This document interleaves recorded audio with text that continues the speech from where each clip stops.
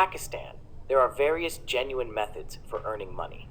One common way is through traditional employment, where individuals work for companies or organizations in exchange for a salary. Another option is starting a small business, such as a shop or a service-based venture. Freelancing is also becoming increasingly popular, with many Pakistanis offering their skills and services online to clients from around the world. Investing in the stock market or real estate can also be profitable, although it requires a certain level of knowledge and risk tolerance. Additionally, many people in Pakistan earn money through agriculture, either by farming their own land or working as laborers on larger farms. Overall, there are numerous opportunities for earning money in Pakistan, and individuals can choose the method that best suits their skills, interests, and financial goals. By Rana Mehtab Alam, Lunar Computer College.